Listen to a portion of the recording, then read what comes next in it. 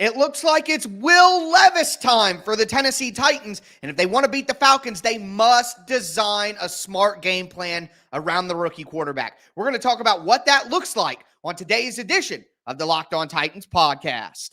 Let's get it. You are Locked On Titans, your daily Tennessee Titans podcast, part of the Locked On Podcast Network, your team every day.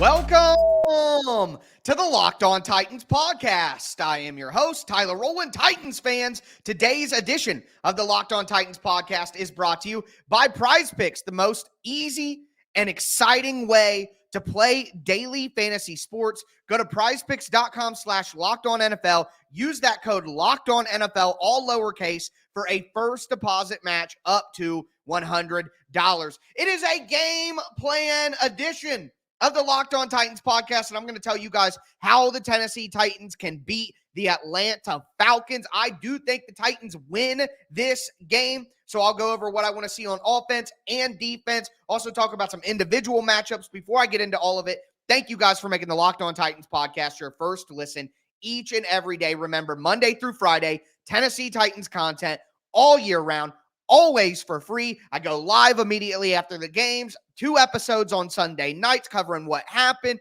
episodes throughout the week, Monday through Friday. I even did a bonus episode on Thursday for you guys. So make sure that you get subscribed, stay subscribed. It's your team every day here on the Locked On Titans podcast. And look, we've talked about this all week. The Will Levis, Malik Willis, rotating the quarterbacks. It's funny, I forget exactly what it was. It's like some sort of bot or something like that, but they replied to one of my tweets with a Mike Vrabel decision in 2018 where he talked about playing both Marcus Mariota and Blaine Gabbert, or talked about rotating 2 quarterbacks. The specifics are leaving me a little bit here, but before I covered the team and was paid to make sure I remember everything. But anyway, Mike Vrabel talked about rotating the 2 quarterbacks all week, and then when it came to it, only Blaine Gabbert played in the game, and Mike Vrabel didn't play the other quarterback at all. So I think that we're going to see a lot of Will Levis here. I think that Will Levis will be the quarterback, and the discussion all week of whether Mike Vrabel is a fool or whether he's a liar in this circumstance, I think that he's a liar. Okay, that's where I'm leaning. So I think we see a lot of Will Levis. But what does that look like? Should the Titans offense be different than what we've seen? Yes. The answer is simply yes. Why? The increased mobility. What's the reason why a large portion of Titans fans all year long said, I want to see Willis, I want to see Levis? Is because Tannehill is a 35-year-old quarterback who simply cannot move around the way that most quarterbacks in the NFL who are starters do. But Will Levis can. Will Levis does have the mobility and the pocket movement skills to be able to do it. Now, pocket presence and all these other mental aspects of that, we can talk about that all day, and I'm sure we will for the next however long Will Levis is on this team. But he has the ability, he has the mobility, the youth, the juice to do it, and that is why the Titans have to utilize that skill set. They cannot allow Will Levis to go in there and play football like he's Ryan Tannehill at 35 years old. Ask him to do things that use his best skill sets. Ask him to do things that are things that you can't normally incorporate in your offense with Ryan Tannehill that could potentially give your team a little bit more of an advantage. And what are those things? I want to see rollouts. I want to see sprint outs. I want to see bootlegs. I want to see quarterback run game. Will Levis can do quarterback run game. We talk about Malik Willis being a runner. Having a package for Malik Willis. Malik Willis is not Taysom Hill. He doesn't run anywhere near as physical, doesn't read the defense anywhere near as well. Anytime the Titans have tried to use Malik Willis in a gadget way, it's been a disaster. All right? So use Will Levis in those situations. He has athleticism. He has running ability. Do I think Will Levis can be Lamar Jackson or Jalen Hurts? No, but he could run like Daniel Jones or run like Josh Allen. Will Levis has that ability. So why don't the Titans go 5 wide? Run a quarterback counter with a pulling tackle to the opposite side when you empty out the box with 5 wide. Why not run some quarterback power straight up the gut on the goal line?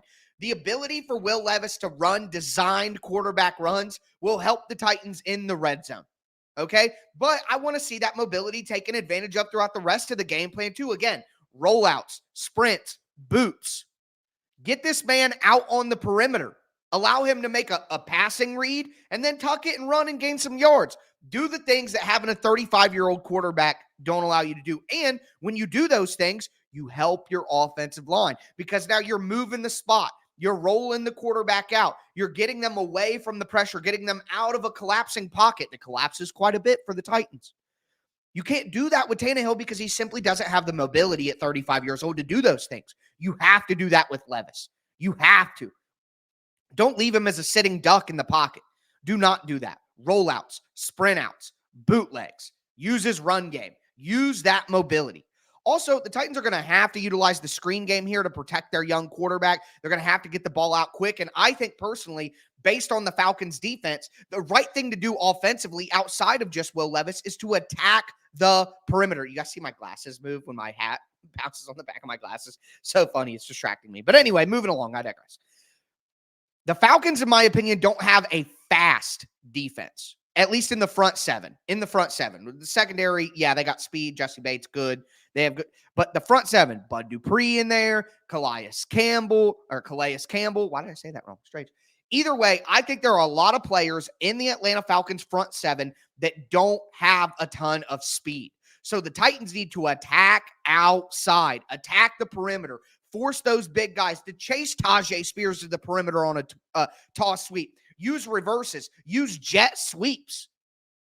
Quick swing passes out to the outside. Those tosses that the Titans run out of shotgun, under center. Get to the perimeter on this defense. Don't run up their gut. Make their slower front seven players run to the perimeter. That's what I want to see from the Titans. And ultimately, just open up the playbook. I want to see trick plays. I want to see tons of motions. I want to see reverses, double reverse passes. All of the stuff that we've seen from the Titans so far this year, I want to see all of it again in one game. If you go 2-5, Mike Vrabel can't even drive this team to believe that they can get back in it. 2-5 is death. It's over. So throw the kitchen sink. It's the last game of the year. Can't hold anything back. We know. Little reference for you guys. Let me know down below if you know what movie I'm talking about there. But ultimately, let me know what you think the plan for Will Levis should be down below in the comments. That's what I think the Titans should do on offense. Now we're going to move to defense, where a classic Mike Vrabel philosophy, edge, wall, swarm, must be in full effect. We're going to talk about defense, finish up with some individual matchups to watch. Before we get into all of that, though,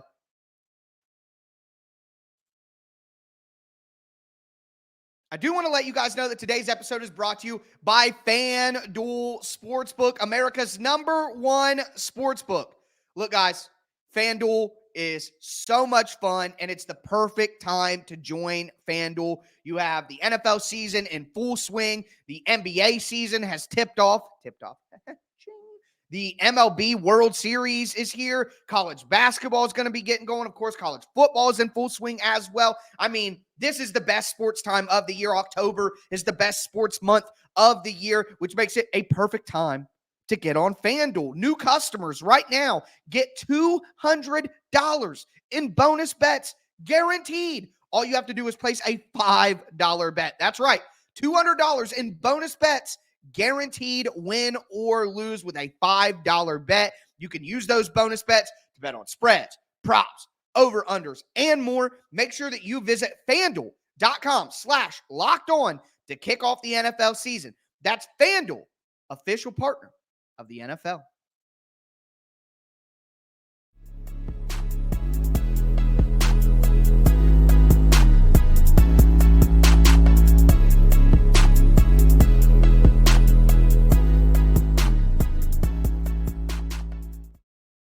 Titans fans, let's continue today's game plan edition of the Locked On Titans podcast. We talked about Will Levis. We talked about the offense, what I want to see over there. The Titans need to make sure they have a game plan that suits Will Levis and not 35-year-old Ryan Tannehill. But now I want to transition and talk about the defensive side of the ball, because that's obviously going to be incredibly important for the Titans to get a win here as well. And again, I do think the Titans win this game. I'll confirm my prediction at the end, plus talk about some individual matchups. Before I get into that, though, thank you guys again for making the Locked On Titans podcast your first listen each and every day. Remember, Monday through Friday, Tennessee Titans content all year long, always for free. Make sure you get subscribed, stay subscribed. It's your team every day. Speaking of every day, Sunday, I'll be going live immediately after the game to break it all down. I'll have a full 30-minute recap of the game later on Sunday night.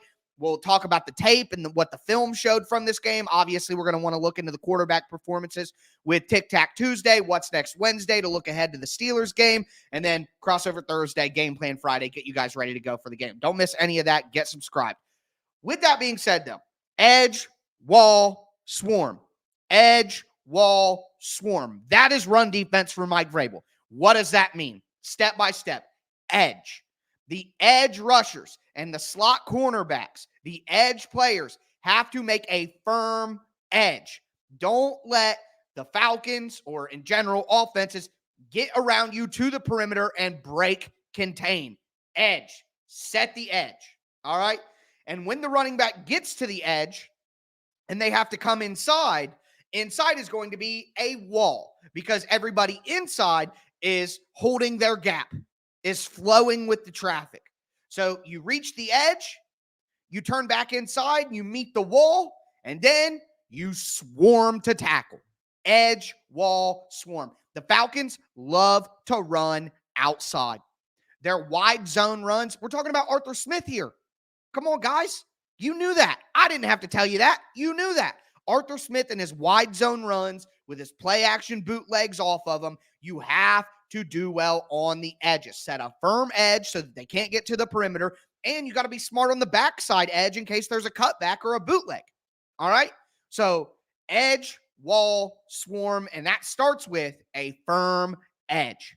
Okay? Titans have to set the edge, be physical, or they're going to let the Falcons get outside. They're going to let their zone runs get to the perimeter. The Titans' defensive backs are going to be asked to tackle too much. The linebackers are going to have to flow too far. It's just going to be impossible to take down Bijan Robinson and Tyler Algier in the physical running that they do, even Cordarrelle Patterson for that matter, you know?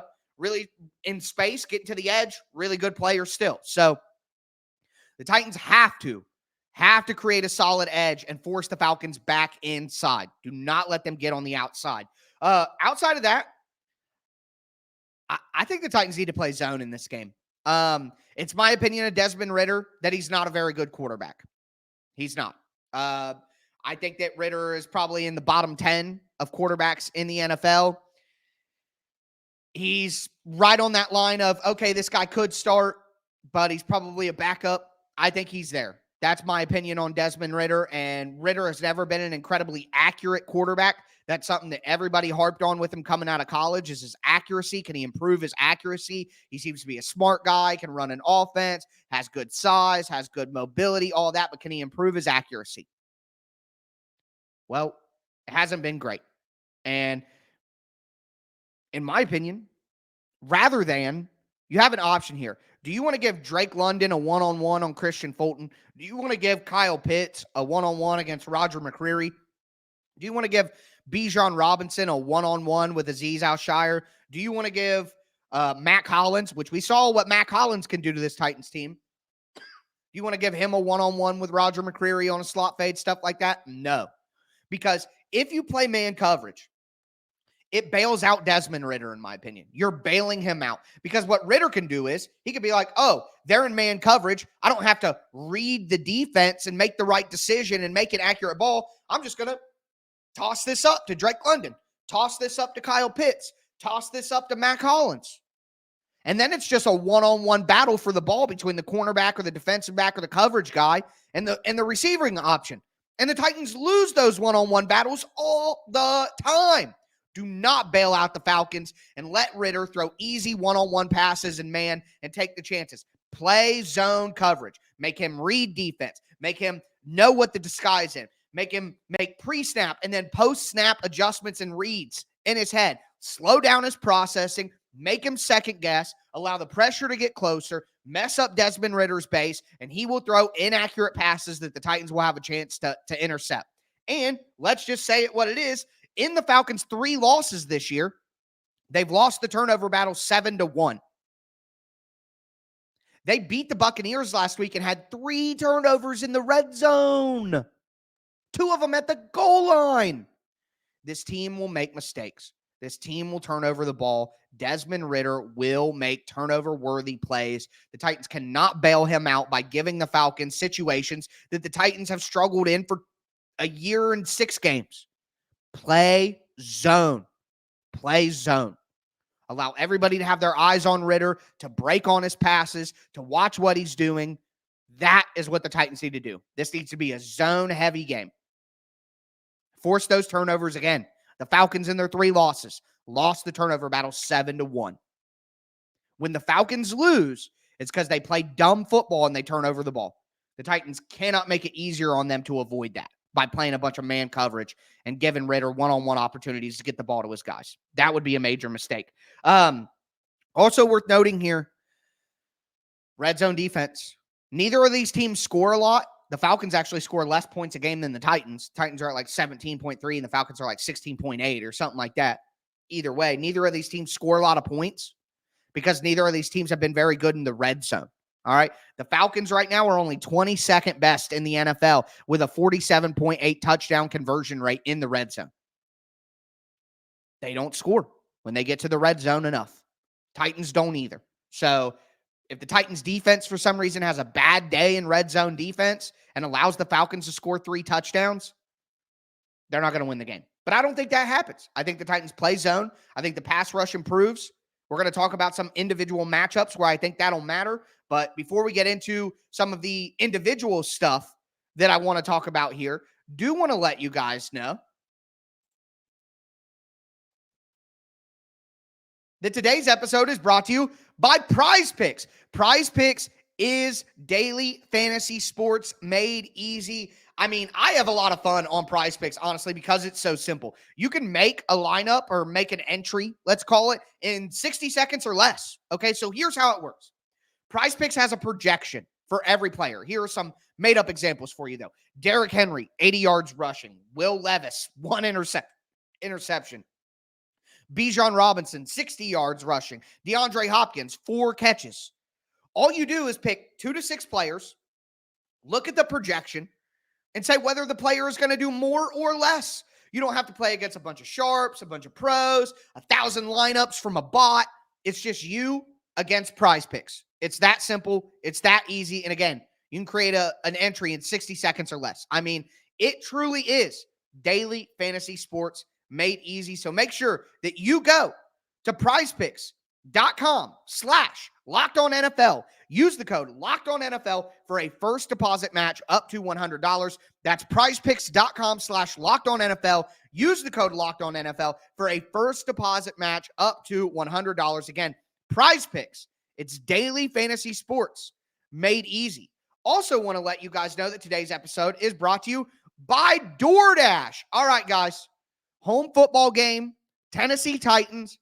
You're at home in Nashville watching the game. You need a little bit of food. Why not order some Acme Feed and Seed off DoorDash? All right. Right now, if you go to DoorDash and you use the code LOCK23 on the DoorDash app, you can get 50% off up to a $10 value when you spend $15 or more on your first order. Again, all you got to do is download the DoorDash app, enter that code LOCKED23. That's LOCKED23. Subject to change, terms to apply. But again, guys, DoorDash always delivers. They always deliver, whether it be food, whether it be groceries, whether it be your game time meal. It doesn't matter. Go to DoorDash. Get 50% off up to $10 value when you spend $15 or more on your first order. When you download the DoorDash app, enter that code again, LOCKED23, LOCKED23, subject to change, terms do apply.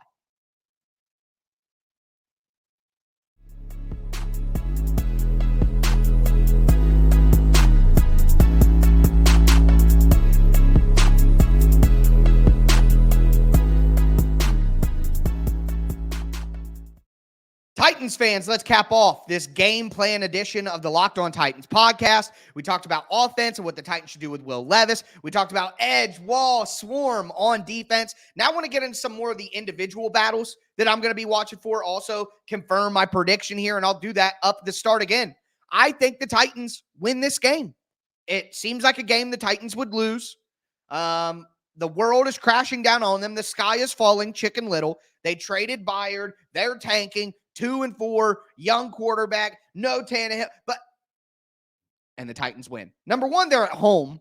Titans have won both their real home games this year. So that helps there. And I don't think the Falcons are a bad matchup for the Titans. I think both those teams are pretty similar. And that'll allow the Titans to stay in the game even if they're not playing great. So I think the Titans win this game 17-16. That's what I said on Thursday at the end of Crossover Thursday. I'm going to reaffirm that now. With that being said, the Titans, 2.5-point underdogs at home.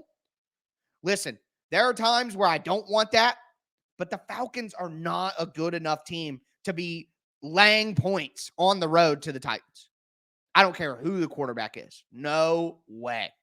No way. No way. No way. No way. So Titans 2.5. If I'm honest with you guys, though, and I'll give you my free FanDuel play of the week. This is my FanDuel play of the week. Titans at 2.5, teased up to 8.5, with the Bengals at 3.5, teased up to 9.5. Brock Purdy likely out. The Bengals are better than they looked early. Tease up the Titans, tease up the Bengals. Boom. That's my free FanDuel play of the week. But yeah, I like the Titans winning this game 17-16 outright. That means I love the Titans getting the 2.5 in a game I don't expect to see a lot of points in. The teaser makes a ton of sense. The Titans are a great teaser leg. If you don't like the Bengals game, find another one. Titans are a great teaser leg this week. As for some individual matchups that I'm looking for in this one, number one, Will Levis against Jesse Bates. Jesse Bates is the safety of the Atlanta Falcons. He's got 3 interceptions this year. He's amazing. He's a great player. All right. He intercepted Ryan Tannehill nearly every time they played when Bates was on the Bengals. He just owned Ryan Tannehill. So Levis can't have that happen again. Levis has to end that. He can't do what Tannehill did and throw picks to Jesse Bates over the middle of the field. Can't do it. Just can't do it. Shout out to my brother, Drew. Love you, man. Outside of that, Jeffrey Simmons against Matthew Bergeron. Aaron Freeman from Locked On Falcons talked about that yesterday. Titans pass rush has to get back to good, and we haven't seen Jeffrey Simmons really have a freak out performance in a couple of weeks. Simmons needs to get back to being high level, all pro, constant pressure, constant force. We haven't seen it in a little bit. He needs to step up his game, and this is the time to do it. With Kevin Byard gone, the leaders have to step up that remain, and that is Jeffrey Simmons. So Simmons against Matthew Bergeron, the rookie offensive guard out of Syracuse. Simmons has to absolutely bully him all day long. Outside of Levis and Simmons, I'm looking at DeAndre Hopkins. A.J. Terrell has given up 311 yards this year, had 5 penalties called against him. I think A.J. Terrell is a pretty good player, but he hasn't had a very good year. And when you have a young quarterback, you need your superstar wide receiver to step up and make plays. Hopkins may not be what he once was, but he still has the ability to do that. They need a big game from DeAndre Hopkins and Hopkins to win some of those one-on-one matchups because Levis is a guy, he's going to throw it up. He's going to throw it up. Hopkins needs to come down with it. So we need a big performance from DeAndre Hopkins if we're the Tennessee Titans. Lastly, I'll harken back to what I was saying for the defense. Edge. Harold Landry, Arden Key, Danico Autry, Travis Gibson, Rashad Weaver. The Titans used Luke Gifford as an edge player when he was healthy. He should be back. Molden should be back. Tart should be back. Burke should be back. Gifford should be back. Tannehill and Wiley are the only guys sitting out right now. Wiley will probably wait because he's got a concussion. You know, Vrabel is very sensitive about those. He got smoked, too, by Kyle Hamilton. Jesus. So, I mean,